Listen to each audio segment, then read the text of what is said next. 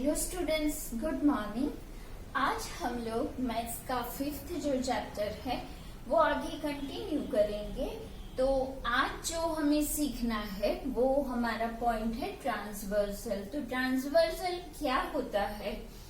A line that intersects two or more lines at distinct points is called transversal.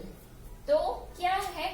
एक ऐसी line की जो दो या दो से ज्यादा कोई भी लाइन को अलग अलग पॉइंट पे इंटरसेक्ट करती है, तो वो जो लाइन इंटरसेक्ट करती है उसे हम ट्रांसवर्सल बोलेंगे। जैसे कि यहाँ पे मैंने एक लाइन ये ड्रॉ की है, दूसरी लाइन ये ड्रॉ करी है। अब एक और लाइन जो कि दोनों को क्या करती है?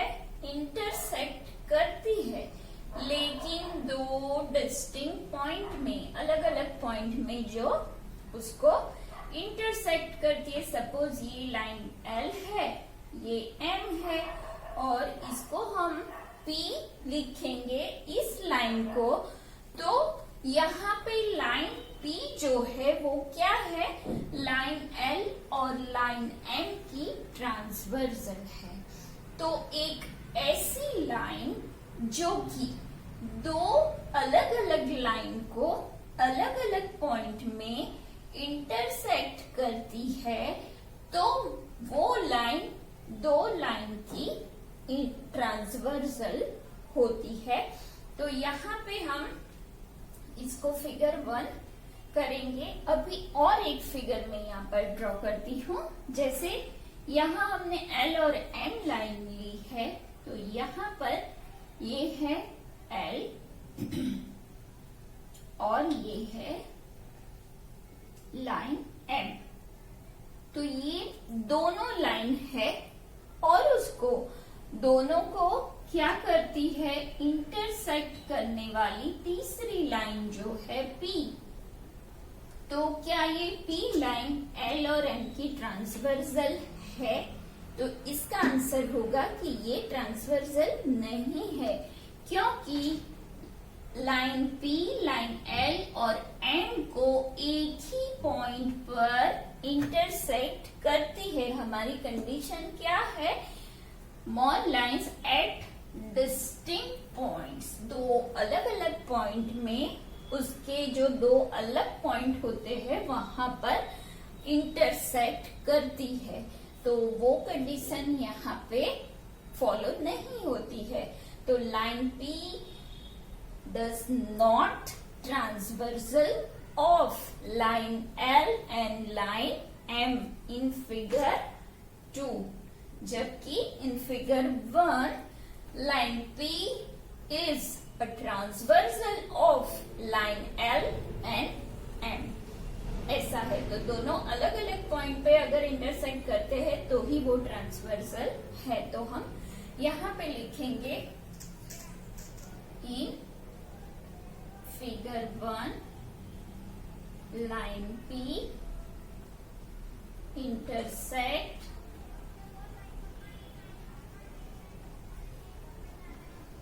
two lines L and M. So line P is a transversal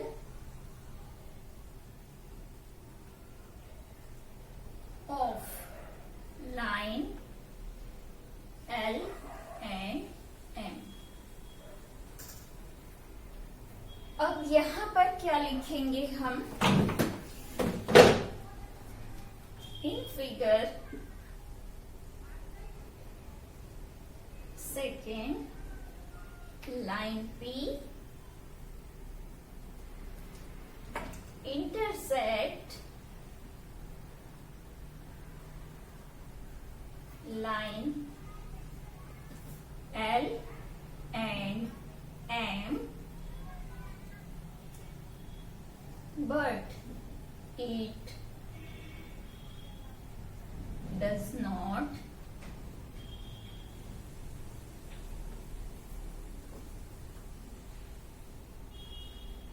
intersect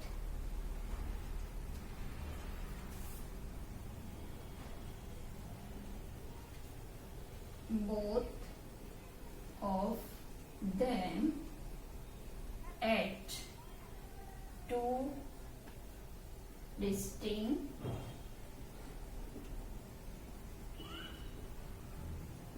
points. So line P is not a transversal of given two lines. तो ट्रांसवर्सल होने के लिए उसका दो अलग अलग पॉइंट में इंटरसेक्ट करना जरूरी है. जब कभी ये कंडीशन फॉलो नहीं होती है तो वो ट्रांसवर्सल नहीं होती है. तो ट्रांसवर्सल क्या है वो मैंने यहाँ आपको दिखाया है.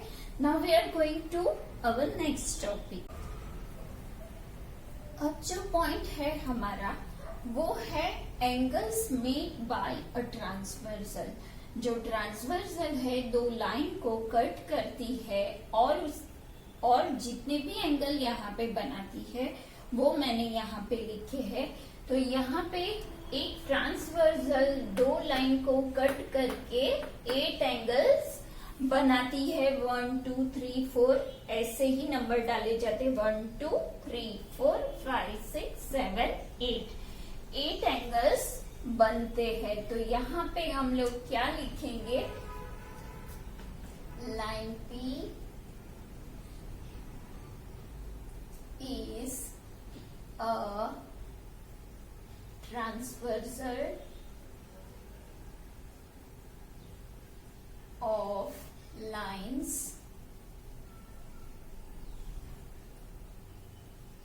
L and M. और दूसरा, क्योंकि यहाँ पे मुझे और भी लिखना है तो यहाँ पे लिख रही हूँ ये पूरा. Line P is a transversal of lines L and M and they make 8 angles which are marked by angle 1, angle 2, angle 3, angle 4, angle 5, angle 6, angle 7 and angle 8. तो P ट्रांसवर्सल L और M को cut करके जो angles बनाती है वो 8 angles बनते हैं और उसको हमने किससे मार्क किया है? 1 to 8 नंबर से हम लोगों ने उसको मार्क किया है. अब जो सारे एंगल्स है उसे हम किस नाम से बुलाएंगे? तो यहाँ पे है the name of the angles. तो सबसे पहले क्या है? Interior angles. इंटीरियर मतलब अंदर के जो एंगल है वो. तो अंदर के एंगल तो यहाँ पे 3, 4, 5 एंड 6 वो अंदर के भाग में है और जो बाहर है उसको हम क्या बोलेंगे? Exterior angles. तो यहाँ इंटीरियर एंगल्स कौन से है? Angle 3, angle 4, angle 5 and angle 6. ये आपको याद रखना है. कोई भी आपको फिगर ऐसी ट्रांसवर्सल वाली दी जाएगी और आपको पूछेंगे कि इसकी इंटीरियर एंगल्स कौन कौन से है तो आपको देख के लिखना पड़ता है. तब वहां पे नाम भी होते हैं, इंटरसेक्टिंग पॉइंट भी दिए जाते हैं और आपको नाम लिखने पड़ते हैं. जैसे इंटीरियर एंगल्स आप लोगों ने लिखे वैसे ही एक्सटीरियर बाहर के कितने हैं, तो 1, 2, 7 and 8। Angle 1, angle 2, angle 7 and angle 8। तो ऐसे हमारे इंटीरियर और एक्सटीरियर एंगल हमें मिल गए। अब आगे क्या है, pairs of corresponding angles. Corresponding angles हम किसे बोलेंगे, तो यहाँ पे होंगे angle first and angle fifth. वैसे ही एंगल 3 एंड 4, एक छोड़ के एक हमें याद रखना है। करस्पॉन्डिंग एंगल्स मतलब कि ट्रांसवर्सल के एक तरफ के एंगल, लेकिन एक को छोड़ के दूसरे पे जाना है तो पैर बनती है करस्पॉन्डिंग एंगल। तो 1 और 5 दोनों सेम होते हैं और उसका मेजरमेंट जो होता है वो सेम होता है। वो भी आपको आगे मैं पढ़ाऊंगी, लेकिन अभी आपको करस्पॉन्डिंग एंगल की जो पैर्स है वो मैं दिखाऊंगी। तो यहाँ पे होगा एंगल फर्स्ट एंड एंगल 5। दूसरी पैर कौन सी है, angle 3 and angle 7। Angle 3 and angle 7। तीसरी पैर कौन सी, एंगल 2 एंड एंगल 6। और चौथी पैर है angle 4 and angle 8। Angle 4 and angle 8। तो ये क्या हो गया, pairs of corresponding angles of transversal. अब क्या है, pairs of alternate interior angles. अभी अल्टरनेट का मतलब तो आपको पता है, एक को छोड़ के एक, लेकिन वो कौन से है, इंटीरियर एंगल्स। तो यहाँ पे आप देखो, ये इंटीरियर में ये 4 है, ठीक है। तो यहाँ 3 है, उसके बाद क्या आता है 4। तो हमें 4 को नहीं लेना है, लेकिन 3 के सामने वाला कौन सा है, 6। तो इसको हम अल्टरनेट एंगल्स बोलते हैं और वो क्या है, इंटीरियर साइड में है। तो हमें ये 4 को देखना है। और अगर एक्सटीरियर पूछा है तो हमें 1, 2 और 7, 8 को देखना है। तो यहाँ अल्टरनेट एंगल्स कौन कौन से है, तो एंगल 3 एंड एंगल 6। और दूसरी पैर कौन सी है अल्टरनेट की, 4 और 6 को जोड़ दो और 5 हो जाएगी। Angle 4 and angle 5। तो ये हो गई अल्टरनेट इंटीरियर एंगल्स। अब एक्सटीरियर में भी वैसा ही होगा, 1 के साथ 8 का और 2 के साथ 7 का। तो pairs of alternate exterior angles, तो वहां पे एंगल 1 एंड एंगल 8 और दूसरी है एंगल 2 एंड एंगल 7। ओके। अभी क्या है, पेयर्स ऑफ इंटीरियर मतलब अंदर के angles on the same side of the transversal. Transversal की सेम साइड पे कौन से एंगल, इंटीरियर एंगल पूछे हैं। और वही पेयर्स ऑफ इंटीरियर एंगल्स जो ट्रांसवर्सल की एक साइड में हो, तो इंटीरियर एंगल कौन से है, 3 एंड 5। Angle 3 and angle 5। वैसे ही ट्रांसवर्सल की इस तरफ कौन से है, तो 4 एंड 6।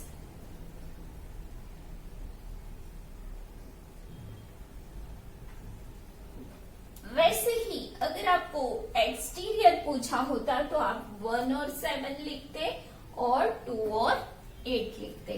तो ऐसे यहाँ पे जो ट्रांसवर्सल से एंगल बनते हैं उसको हम किस नाम से पहचानते हैं वो मैंने यहाँ बताया। तो इसके रिलेटेड वो भी होता है कि ये पैर है तो दोनों एंगल का मेजरमेंट सेम है, ये है तो वो मैं आपको आगे दिखाती हूँ। Now we are going to our next point. अब जो हमारा टॉपिक है वो क्या है, ये नहीं देखना है आपको। यहाँ पे है ट्रांसवर्सल ऑफ पैरेलल लाइंस। तो पहले हम लोगों ने जो ट्रांसवर्सल बनाई थी वो कैसे बनाई थी, ये दो लाइन थी और एक ऐसे ट्रांसवर्सल बनाई थी। तो ये एक दूसरे के पैरेलल नहीं है। पैरेलल यानी जो रेलवे स्टेशन में जो रेल की पटरी होती है तो उसे हम पैरेलल लाइंस बोल सकते हैं। तो वैसे ही दो पैरेलल लाइन हमें ड्रॉ करनी है। If two parallel lines cut by a transversal, अगर दो पैरेलल लाइन, सपोज के यहाँ पे ये एक लाइन है L और उसके पैरेलल जो दूसरी लाइन है वो है M, राइट। तो क्या है, अगर दो लाइन पैरेलल है और उसको कोई ट्रांसवर्सल इंटरसेक्ट करती है टू डिस्टिंक्ट पॉइंट में, सपोज के यहाँ P है, तो जैसे कि यहाँ 1 2 3 4 5 6 7 और 8, यहाँ पे हमने 8 एंगल्स बनाए हैं। तो क्या क्या होता है, each pair of corresponding angles are equal. अभी करस्पॉन्डिंग कौन कौन से है, तो यहाँ पे 1 के करस्पॉन्डिंग एंगल जो है वो कौन सा है, 5। तो अगर इसका मेजरमेंट सपोज की 100 है तो 5 का भी कितना होगा, 100 होगा। इसका 80 है तो इसका भी कितना होगा, 80 है। तो करस्पॉन्डिंग एंगल्स जो रहेंगे यहाँ पर उसका मेजरमेंट इक्वल रहेगा। तो दूसरा क्या है, ईच पेयर ऑफ